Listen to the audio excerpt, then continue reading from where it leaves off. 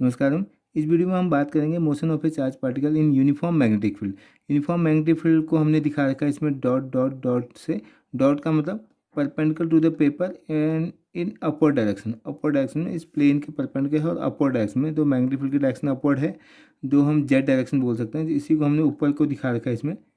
ये इसके वो एनालॉगस है, ये 2 डायमेंशन में है, प्लेन में दिखा रखा। मैग्नेटिक फील्ड ऐसे अपवर्ड है, इसको हम अगर ऐसे दिखाएं तो ये मैग्नेटिक फील्ड है और यहाँ पर ये डॉट जो है मैग्नेटिक फील्ड है। दूसरा, और जो चार्ज पार्टिकल है, मान लो इस पॉइंट पे एक पॉजिटिव चार्ज पार्टिकल ले लिया हमने। ये पॉजिटिव चार्ज पार्टिकल हमने यहाँ पर रखा है और ये वी वेलोसिटी से मूव कर रहा है अलॉन्ग द एक्स एक्सिस। इसमें भी दिखा रखा है वी वेलोसिटी से along the x axis move कर रहा है और जेड एक्सिस की डायरेक्शन में हमारा क्या है, इस पर मैग्नेटिक फील्ड लगा है। तो हमें पता है कि according to the Lorentz force F equal to q v cross b, ये हमारे पास फोर्स का फॉर्मूला है। इसी को हम लिखेंगे तो F equal to q v b sine theta. तो हमारा जो केस 1 है, इसमें हम क्या करें, the charge particle is moving perpendicular to the field. इसका मतलब हमें पता है कि थीटा इक्वल टू 90 डिग्री है।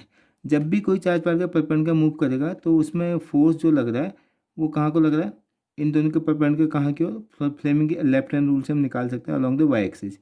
तो इधर की ओर इसमें एक फोर्स लग रही है। ये तो यहाँ पर देखने में तो हमें ठीक ठीक दिख जा रहा है। इसी पिक्चर को अगर हम यहाँ पर देखें तो मैग्नेटिक फील्ड की डायरेक्शन है अपवर्ड एंड चार्ज पार्टिकल यहाँ को मूव कर रहा है, तो फोर्स कहाँ को लगेगा, इस साइड को, इन दोनों के परपेंडिकुलर। मतलब फोर्स की डायरेक्शन है, इस डायग्राम में देखें तो इधर की ओर। तो अगर इसका मतलब यहाँ को चार्ज पार्टिकल मूव कर रहा है, इसमें फोर्स इधर को लग रहा है, तो इनके रिजल्टेंट डायरेक्शन में मूव करेगा और मूव करते करते मान लो यहाँ पहुँच गया। इस पॉइंट पर चेक करेंगे तो इसका टेंजेंट डायरेक्शन में इसकी वेलोसिटी ये है ना। और फिर से मैग्नेटिक फील्ड अपवर्ड है, वेलोसिटी देखो तो फोर्स कहाँ को लगेगा। देखो हमें पता है कि वी क्रॉस बी, वी से वी ये है और बी अपवर्ड है, वी क्रॉस बी, वी से बी की ओर आएंगे तो बी तो ऊपर की ओर है ना, वी क्रॉस बी करेंगे तो कहाँ की ओर आ रहा है, सेंटर की ओर। तो फोर्स सेंटर की ओर। तो इसको हम कम्प्लीटली देखेंगे तो ऑफ हर पॉइंट पे देखेंगे तो इस पॉइंट पे चेक करो, यहाँ को वेलोसिटी है, फोर्स फिर से सेंटर की ओर। इस पॉइंट पे चेक करेंगे तो ये वेलोसिटी है, फोर्स कहाँ की ओर, सेंटर की ओर। तो इसका मतलब ये जो फोर्स है ये सेंट्रीपिटल फोर्स है। तो और ये जो चार्ज पार्टिकल है ये क्या कर रहा है, एक सर्कुलर पाथ फॉलो कर रहा है। तो एक सर्कुलर मोशन हो रहा है। जब भी सर्कुलर मोशन हो रहा है तो इसका मतलब एक सेंट्रीपिटल फोर्स लगेगा। तो सेंट्रीपिटल फोर्स हमें पता है कि mv²/r। अगर v इसका वेलोसिटी है, m मास है उस चार्ज पार्टिकल का, और r हमारा उसका सर्कुलर पाथ का रेडियस है, देन दिस सेंट्रीपिटल फोर्स कहाँ से आ रहा है, that is coming out from the due to the magnetic force. Magnetic force क्या है, q v b sine theta 90 हो गया।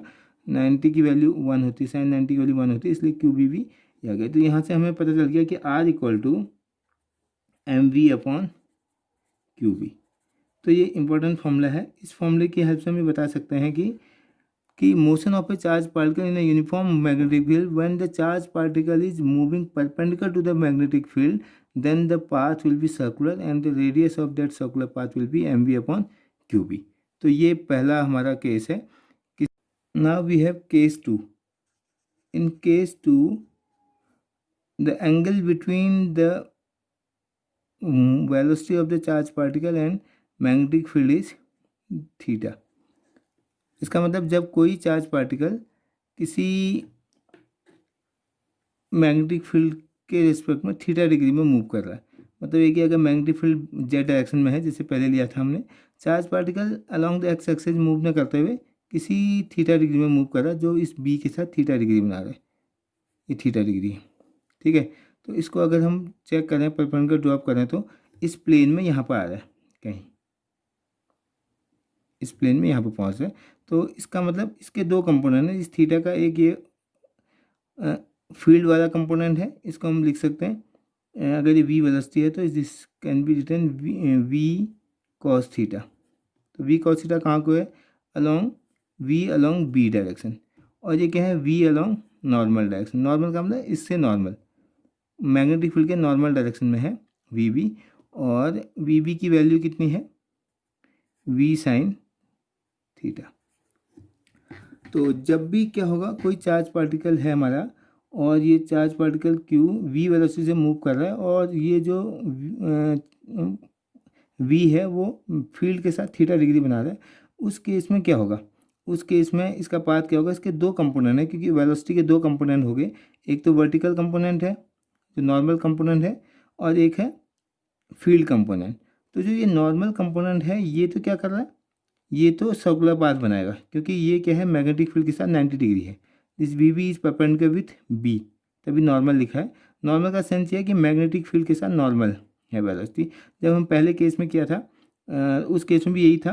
तो अगर ये वी नॉर्मल है, अगर इसको इस वे में बनाएं, वी नॉर्मल, और ये मैग्नेटिक फील्ड की डायरेक्शन है बी अपवर्ड डायरेक्शन में, तो इसमें फोर्स कहाँ को लगेगा, सेंटर की ओर, तो ये अंदर की ओर फोर्स लगेगा। ये उससे हम निकाल सकते हैं फ्लेमिंग के लेफ्ट हैंड रूल से। फोर्स ये है पार्टिकल इधर की ओर, सेंटर की ओर, सेंटर की ओर फोर्स लग रहा है अंदर की ओर, तो अंदर की ओर फोर्स लगेगा, तो ये इसका जो पाथ होगा वो सर्कुलर पाथ होगा।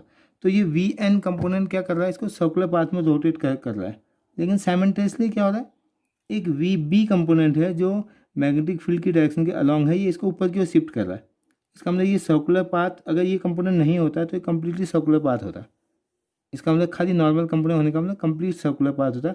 लेकिन अब सर्कुलर पाथ में होकर वी बी क्या कर रहा है, इसको ऊपर की ओर शिफ्ट कर रहा है, क्योंकि ये बी की डायरेक्शन में है। तो पार्टिकल सर्कुलर पाथ होते होते ये ऊपर की ओर भाग रहा है ऐसे, तो ये इसका जो पाथ है वो हेलिकल हो जा रहा है ऐसे करके। तो जब भी इसका मतलब ये ऊपर की ओर काहे की वजह से होता है, due to the v b, magnetic field में जो वेलोसिटी का कंपोनेंट है वो इसको स्ट्रेच कर दे रहा है ऊपर को। अगर ये कंपोनेंट नहीं होता है, कंप्लीट सर्कुलर पाथ होता। तो वी एन के रेस्पेक्ट जो इसका रेडियस होगा, जो सर्कुलर पाथ है, तो उसका रेडियस कितना आना चाहिए, आर इक्वल टू हमें पता है कि अभी पहले हमने निकाला था m v upon Q B. तो नाउ इन इस केस में वी की जगह हो गया नॉर्मल, और क्यू हमारा चार्ज है ही, जो हमने यहाँ पर क्यू चार्ज रखा था। मैग्नेटिक फील्ड की स्ट्रेंथ बी है और mass of charge is m है। Then the radius of this circular path will be m v n upon Q b. और वी एन की वैल्यू कितनी होगी वो हम देखते हैं अभी। और इसको एक कंप्लीट सर्कल कंप्लीट करने में कितना टाइम लगेगा, टाइम पीरियड कितना है मान लेते हैं, क्योंकि सर्कुलर पाथ है, रिपीटिंग पाथ है, तो t equal to time period equal to 2 pi r upon velocity. तो 2 पाई आर कितना हुआ, क्योंकि 2 पाई आर की वैल्यू हमें पता है, आर हमने निकाल रखा है अभी। 2 पाई आर की वैल्यू रख सकते हूँ m v n upon, v n यहाँ भी है, क्यू बी, वी एन से वी एन कैंसिल। तो टाइम पीरियड जो आएगा हमारा इस सर्कुलर पाथ का 2 पाई एम क्यू बी। तो इसका मतलब ये 2 pi M upon Q B है, और frequency of this helical path will be Q B upon 2 pi M. इसका मतलब फ्रीक्वेंसी हो गया, टाइम पीरियड हो गया, ये पार्टिकल कितनी स्पीड से घूम रहा है ये उस पर डिपेंड नहीं कर रहा है। ये किस पर डिपेंड कर रहा है कि इलेक्ट्रिक फील्ड की स्ट्रेंथ क्या है और चार्ज का मैग्नीट्यूड कितना है उस पर डिपेंड करेगा, और mass of the charge, charge का जो मास है उस पर डिपेंड करेगा। और इसी के अलावा आर इक्वल टू जो वी एन की वैल्यू इसमें सब्स्टिट्यूट करेंगे तो आर हमारा आ जाएगा R equal to M V sine theta upon Q B. तो ये मैग्नेटिक फील्ड के डायरेक्शन के साथ अगर थीटा डिग्री में अगर चार्ज मूव कर रहा है तब उस केस में ये कंडीशन आएगी, हेलिकल स्ट्रक्चर बनेगा, और उसका टाइम पीरियड ये होगा, उसकी frequency Q B upon 2 pi M होगी। इसके अलावा जो इसकी पिच है, क्योंकि दो दो जो रिंग्स हैं इनके बीच का जो डिस्टेंस होता है उसको बोलते हैं पिच, पी। दो चूड़ियाँ बोल सकते हैं, अगर हेलिकल पाथ होगा तो एक रिंग और दूसरे रिंग के बीच का जो गैप है उसको हम बोलेंगे पिच। तो पिच कितना होना चाहिए, तो पिच का फॉर्मूला हमारे पास पता है कि पिच एक टाइप से डिस्टेंस तो है, पिच पिच हमारी क्या डिस्टेंस है, डिस्टेंस का मतलब वेलोसिटी इनटू टाइम।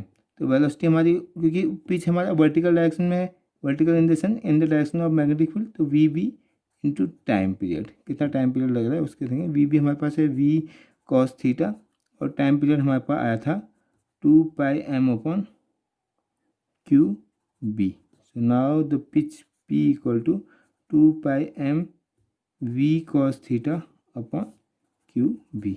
तो ये हमारा किसी हेलिकल स्ट्रक्चर का क्या आ जाएगा, पिच आ जाएगा।